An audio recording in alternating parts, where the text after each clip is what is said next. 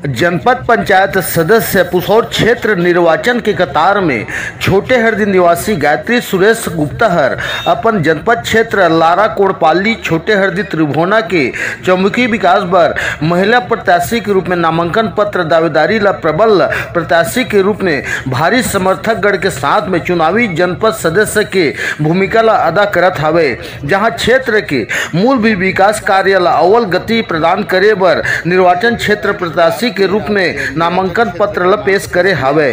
नामांकन दाखिल किया है, तो कब बताएंगे कि अपना परिचय के साथ में कि कौन सा पद को लेकर के आप नामांकन पेश किया है? मैं ग्राम पंचायत छोटे हरदी से गायत्री गुप्ता, हाँ, जनपद पंचायत सदस्य निर्वाचन के लिए फॉर्म डालना है।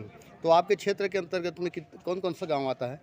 लारा, कोड़पाली, त्रिभुवना और छोटे हरदी। तो अभी जनताओं के बीच में जाएंगे तो कौन सा जनहित मुद्दा है जो कि समस्या है गांव स्तर में, उसको लेकर के आप बहुमत साबित करेंगे?